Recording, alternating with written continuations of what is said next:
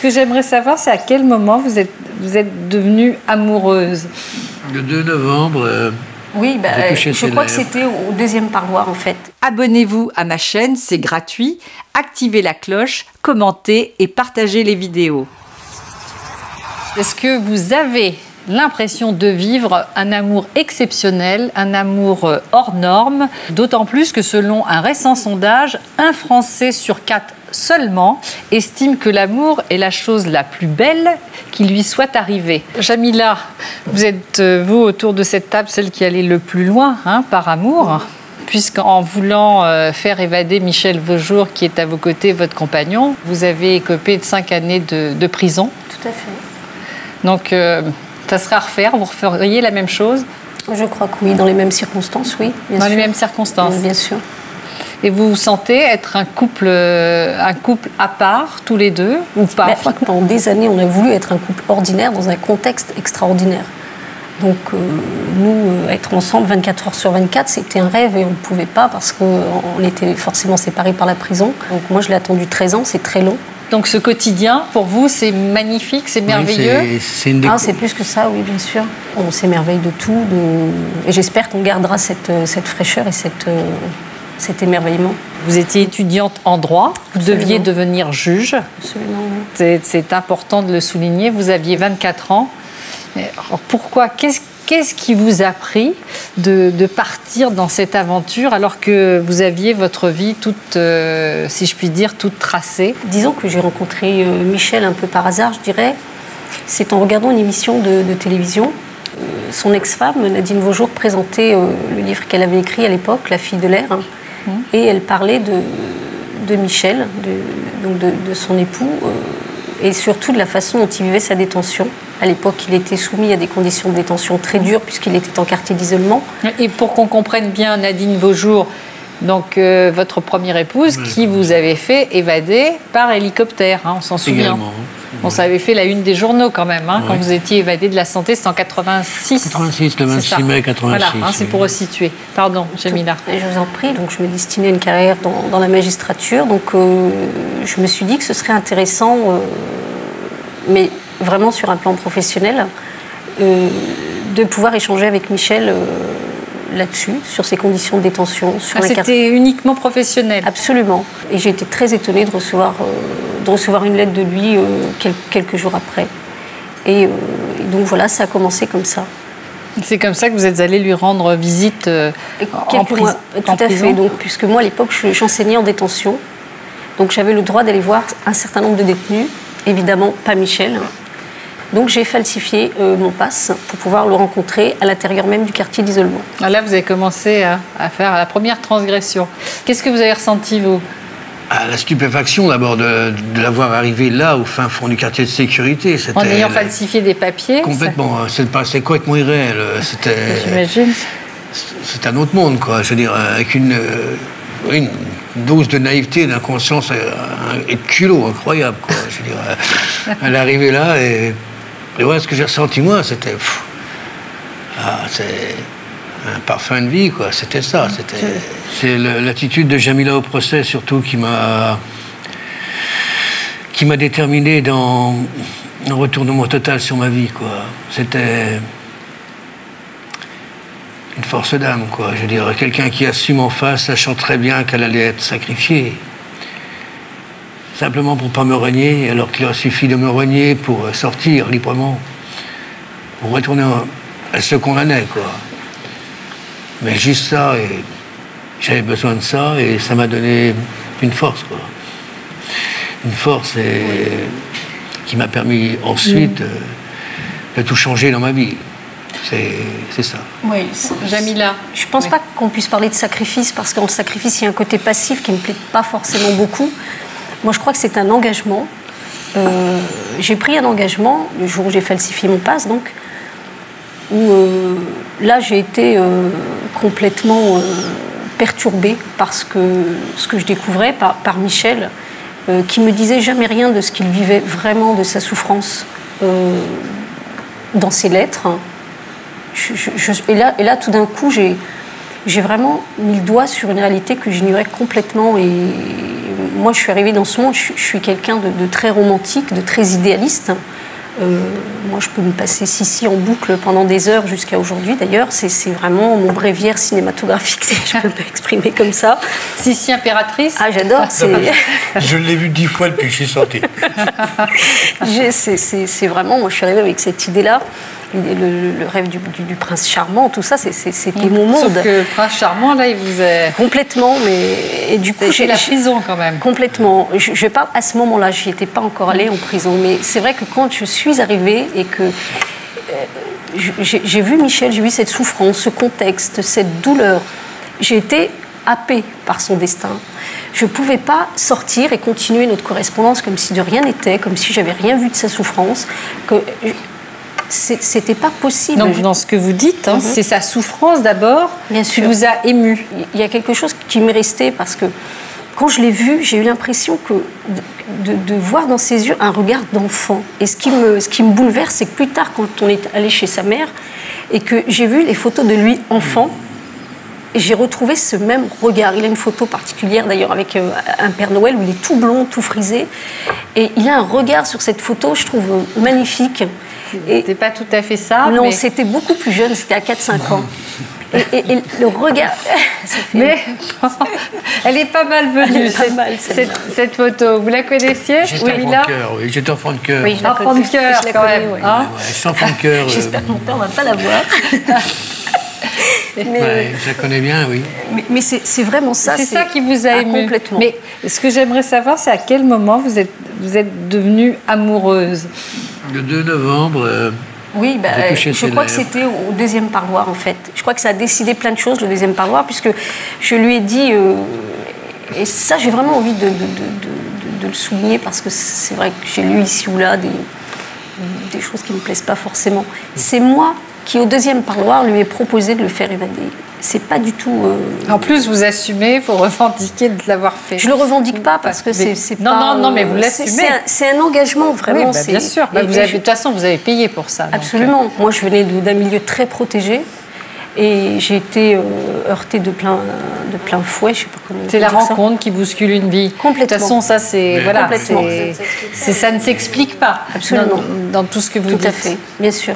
Et d'ailleurs, vous êtes, et puis vous assumez, puisqu'en venant ici ce soir, je le dis, hein, comme c'est la première fois que vous apparaissez, je veux dire, c'est aussi un sacré acte de courage, puisqu'aujourd'hui vous êtes juriste, vous travaillez. Tout à fait. Et donc, vous l'avez dit à vos employeurs.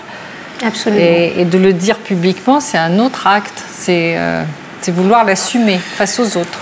Tout à fait. Mais quand j'ai accepté votre invitation, c'était aussi peut-être pour apporter une touche supplémentaire à la personnalité de Michel. C'est vrai que son livre est sorti depuis quelques semaines. Alors, je n'en ai pas encore parlé. Donc, ce fameux livre, qui est important, qui s'appelle « Ma plus belle évasion » aux éditions Presse de la Renaissance. Ce qu'il faut savoir, je fais juste une parenthèse, si vous permettez, de Jamila, mais « Ma plus belle évasion », il s'agit de Jamila.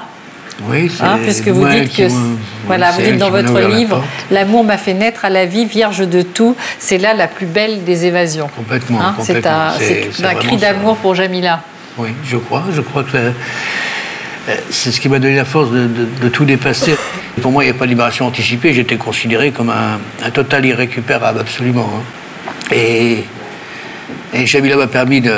Oui, je savais qu'elle m'accompagnerait au bout de tout et je ne pouvais pas accepter ça... être assis là, attendre que ça se passe, alors j'ai essayé de me battre pour autre chose que pour moi, quoi. Et je me suis battu. Et c'était le truc peut-être le plus dur de ma vie. Il a fallu que je détruise ce que j'étais. Il a fallu que je dépasse tout, absolument tout. Et ça m'a fait découvrir d'autres choses également. J'avais une vraie tôle dans la tête.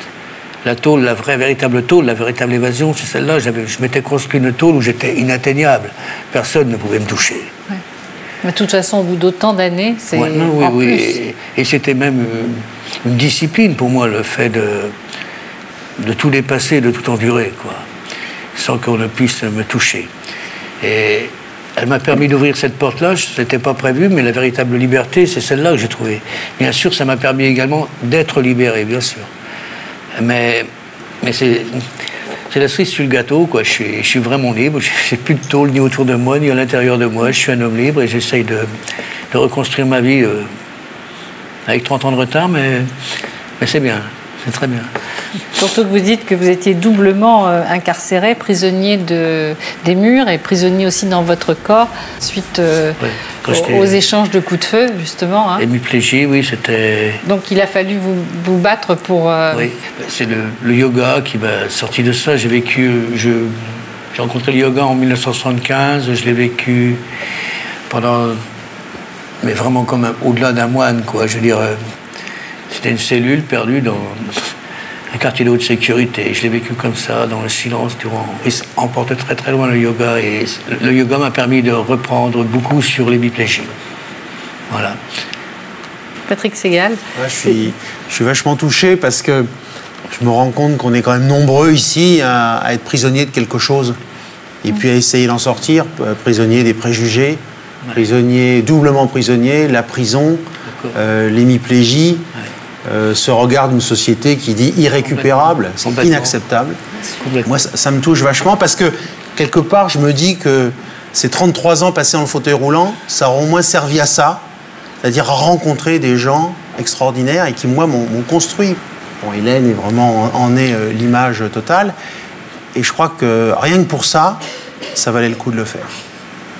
Mais moi, je crois que 27 ans de prison et tout ce qui est dû être dépassé, je crois vraiment que ça valait le coup de le faire, sinon je ne serais jamais l'homme que je suis devenu après cette dernière libération, quoi, celle de... C'est une libération aussi de l'esprit. Vous n'êtes plus le même, Michel Vaujour. Oui. Par rapport aux jeunes, parce que finalement, tout ça, c'est vrai qu'on peut dire, vous l'avez cherché, puisque, bon, braquage sur braquage, vous n'avez pas fait de la prison, je veux dire, comme ça. Sauf que c'est vrai que c'est un engrenage, c'est un jeune garçon qui dérape à 19 ans, et puis voilà, c'est... et ensuite... Le refus de la prison, l'évasion, donc l'évasion... Votre avocat dit d'ailleurs que si vous n'aviez peut-être pas eu autant... à la première, quand vous avez été condamné la première fois, si on ne vous avait pas donné autant si jeune, peut-être que vous n'auriez pas récidivé. Peut-être, on n'en sait rien. Mais en tout cas, vous n'êtes plus le même homme aujourd'hui. Et Jamila, à quoi vous pensiez, vous, pendant ces 5 années en prison? À Michel. Essentiellement. Logique. Et je ne pensais qu'à Non, parce Michel, que quand on est...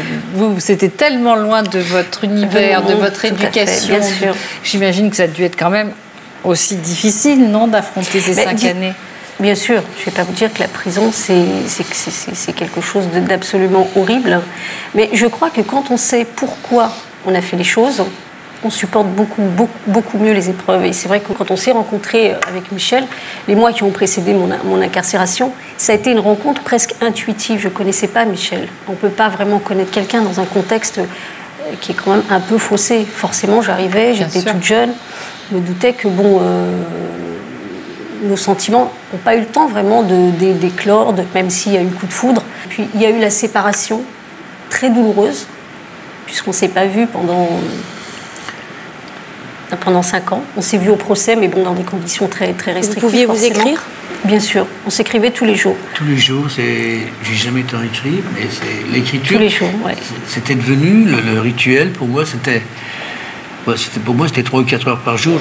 Vous découvrez peut-être, à force des choses sur vous-même. Vous voyez. Bien sûr. Et vous êtes promis aussi de vous marier? Absolument. Là, c'est le mariage. C'est le mariage religieux. Ça, c'est le mariage religieux. Il y a 2 ans maintenant. Jamila est d'origine musulmane et au départ, pour Jamila, sa relation avec moi était assez difficile vis-à-vis de sa famille. Ce qui est peut-être important de dire, c'est que vous êtes aussi converti à l'islam. Et vous avez choisi donc un nom. Oui. Abdelnour, c'est ça, qui veut dire esclave de la lumière? Oui, Abdelnour, l'esclave de la lumière. Esclave de la lumière. Ça correspond plus, finalement, Abdelnour, à ce que vous êtes aujourd'hui? Oui, à ma quête. Ce qu'on pourrait appeler une quête, quoi. Ouais. Oui. C'est plus proche que Michel Vaujour. Ah, complètement. Ça, aujourd'hui, si je peux dire une chose, je ne sais pas si c'est très bon à la télé, mais mon souci vraiment absolu, c'est de mourir en paix, quoi. C'est ce qui détermine mes choix, à peu près en tout. On va attendre un petit peu quand même. Elle a raison, Jamila. Ça fait 15 ans que je t'attends, moi. On va attendre un petit peu avant de mourir en paix. Hein. Non, on sent qu'il y a eu un sacré chemin parcouru. On est un très jeune couple, ça fait 2 ans qu'on est ensemble. Même si vous connaissez depuis 13 ans, c'est vrai que c'est C'est vraiment... un avantage. Je crois qu'aujourd'hui, peut-être un peu par superstition, on ne veut pas non plus projeter trop loin, parce qu'on a eu très faim pendant très longtemps de vivre des choses absolument banales. Et on est très heureux comme ça, et pourvu que ça dure. Moi, je trouve ça beau d'avoir choisi un nom comme Esclave de la Lumière, alors que vous appeliez déjà vos jours, vous valez le jour. Et je trouve ça magnifique.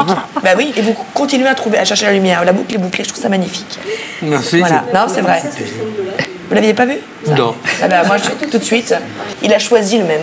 Il valait le C'est jour. étrange. Voilà, on en reparlera lors d'une prochaine émission. Michel Beaujour. On vous doit combien donc, Mais de docteur rien. Stéphanie L'amour, hein. Bataille. L'amour, il n'y a pas d'argent, c'est cash. Voilà. Vous apparaissez dans l'une de nos vidéos, vous voulez témoigner de nouveau, n'hésitez pas à me joindre en m'envoyant un mail à contact@mdprod.com.